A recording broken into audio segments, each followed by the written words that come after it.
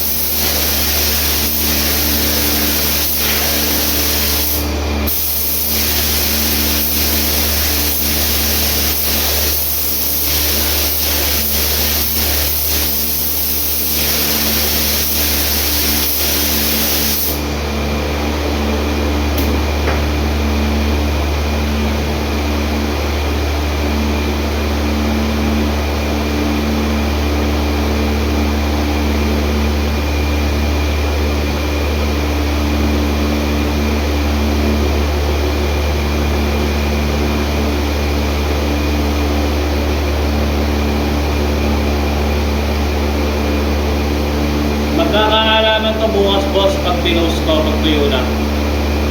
Kung gaano kaganda yung finish niya. So, ito yung sinasabi ko mga boss, pag mini jet SATA, sobrang daming hagod. Pag full size, sobrang alanay ka naman, baka maluhaan ka. Yun yung hindi naiintindihan ng iba pag nakikita yung mini jet SATA or DB1S. Actually, mini jet SATA lang naman kasi maraming hagod. Sobrang ipis kasi ng hagod ng mini jet SATA. So, next ka ha.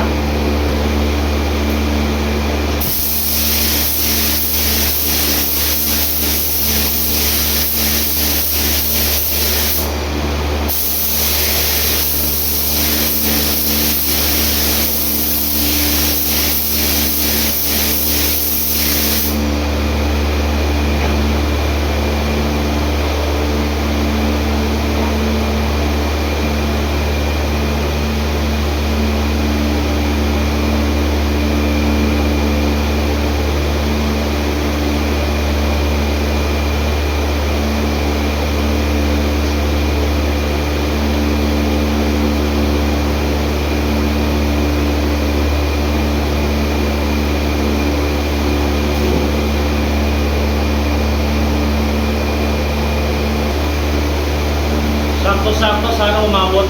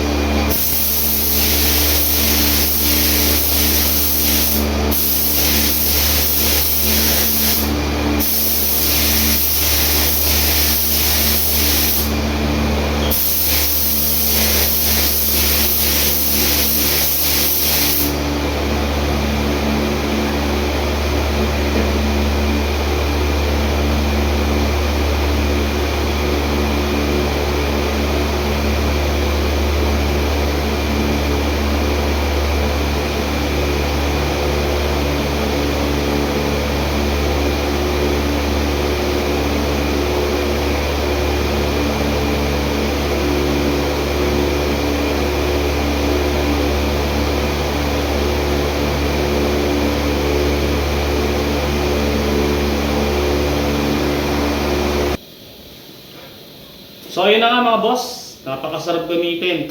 Medyo matao lang siya ng konti sa materyales kasi nga full size yung gun natin.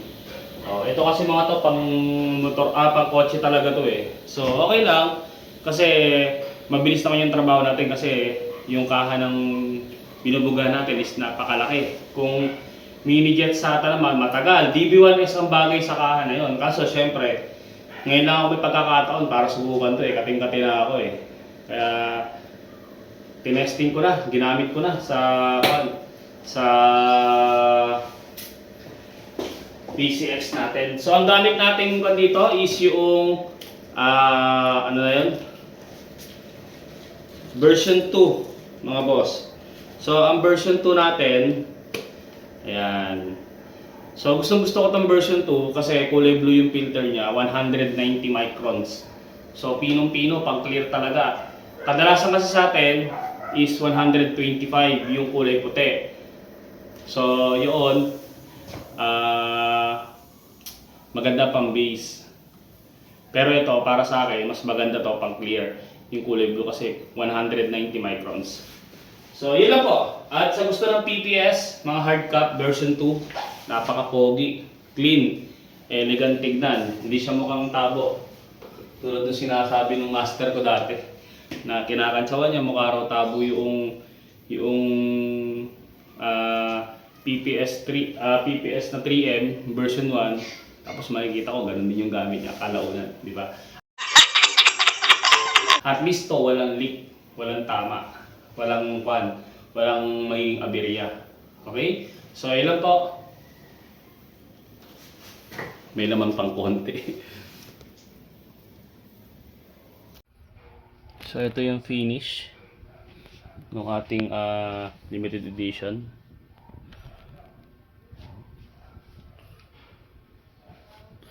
Kahit pa paano, na-execute naman natin ng masasabi kong okay naman pagka-execute natin, first time use. Kaka-video mo, dito po madidisgrasya yung kanina. Nakikita nyo naman, di ba? Madalim kasi rito ngayon mga boss, napundi yung ilaw.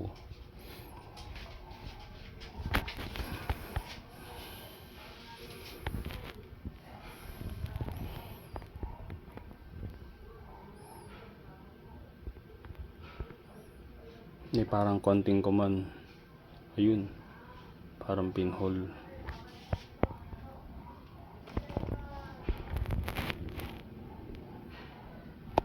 Tama lang. Ito yung ginamit ko sa mismong kan. So, SATA is OEM finish mga boss. Meron siya yung, alam mo parang kasa na may balatsuhang konti. Hindi siya tulad ni DB or ni Devil Beast na meron siyang, yung Devil Beast kasi is mirror finish mga boss.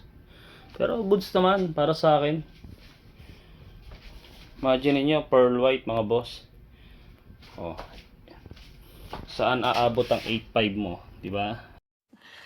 Sana all. So ito po yung ating daily use mga boss. Pag itatop coat natin yan, mas mahal po. Pearl white po kasi to. Siguro pag pang car show natin nasa 10.5, dagdag lang ng 2K kasi lilihain natin yan, tapos itatop coat ulit, which is medyo delikado kasi syempre alam niyo naman mga boss, di ba? Pagka once na nagkuhan tayo, nag top coat sa flow coat, may aberya yan minsan. So yun yung iniingatan natin. Kaya mas mahal po talaga pag pang car show. Okay? So ba't daw kailangan i-top coat pa ng pangalawa? Ba't yung una hindi ba sapat? Actually sapat na yung una kung pan daily. Pero kung kan natin ipang show natin, mas maganda talaga yung naka-top coat pa ng isa. Mas kon kasi yun mga boss, mas magmi-mirror talaga. So yun lang po. Dami oh. Hindi mo lang kung saan po pwesto.